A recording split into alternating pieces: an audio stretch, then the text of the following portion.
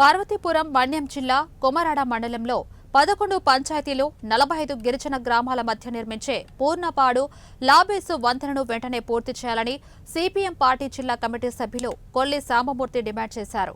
ఈ మేరకు చేపట్టిన నిరసన కార్యక్రమంలో పాల్గొన్న ఆయన మాట్లాడుతూ కొమరాడ మండలంలో 31 పంచాయతీలు ఉండగా అందులో 11 పంచాయతీలు 45 గిరిజన గ్రామానికి సంబంధించిన పూర్ణపాడు లాబేసు వంతెన 2006లో పనులు ప్రారంభించారన్నారు. వంచిన పనులను పూర్తి చేయండి. వంచిన పనులను పూర్తి చేయండి. వంచిన పెండింగ్ పనులన్నీ పూర్తి చేయాలి. వంచిన పనులు పూర్తి చేయాలి. వంచిన పనులు పూర్తి చేసి పోరాడతాం. వంచిన పనులు పూర్తి చేయండి. ఉరైనా తీయండి. వంచిన పనులైనా చేయండి. ఉరైనా తీయండి. వంచిన పనులైనా పూర్తి చేయండి. ఉరైనా తీయండి. వంచిన పనులు పూర్తి చేయండి. వంచిన పనులు పూర్తి చేయాలి. పార్వతీపురం మన్యం జిల్లా కొమరాడ మండలానికి సంబంధించి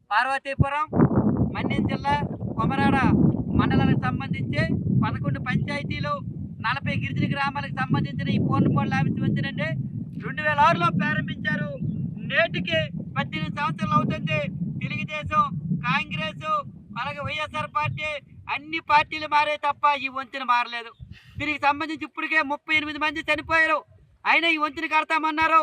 పాలకులు వస్తాండ్రు, ఓట్లు తీసుకుంటాండ్రు, పదవులు తీసుకొని హాయిగా కార్ల మీద తిరుగుతాండ్రు తప్ప ఈ వంతెన అవని పరిస్థితి ఉంది. ఇలాంటి సందర్భంలో ఈ పక్కనే ఒరిస్సా రాష్ట్రం 2 గ్రామాలకి 14 పిల్లర్లతో సుమారు 2 సంవత్సరాలు ఒక వంతెన పూర్తి చేశారు. అలాంటిది 45 గ్రామాలకు సంబంధించిన వచ్చిన 18 సంవత్సరాల కాలం పట్టింది.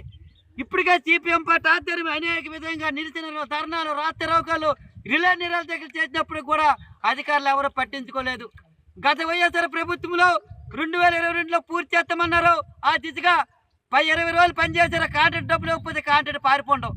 కాబట్టి ఈ కూటమి ప్రభుత్వంలో అయినా పనులు జరుగుతాయని చెప్పి స్థానిక నియోజకవర్గ ఎమ్మెల్యే జోయికి జయదేశ్వర మేడం గారు కానీ అనేక విధాలుగా ధర్నాలకు వచ్చారు, రిలే నిరాశక్తికి వచ్చారు. చంద్రబాబు నాయుడు కూడా చెప్పారు. చంద్రబాబు నాయుడు కూడా స్పందించారు. ఆగస్టు 9వ తేదీ ప్రపంచ ఆదివాసీ దినోత్సవం రోజు ఈ వంతెన పనులు పూర్తి చేస్తామని చెప్పిన తర్వాత గిరిజనులందరం చాలా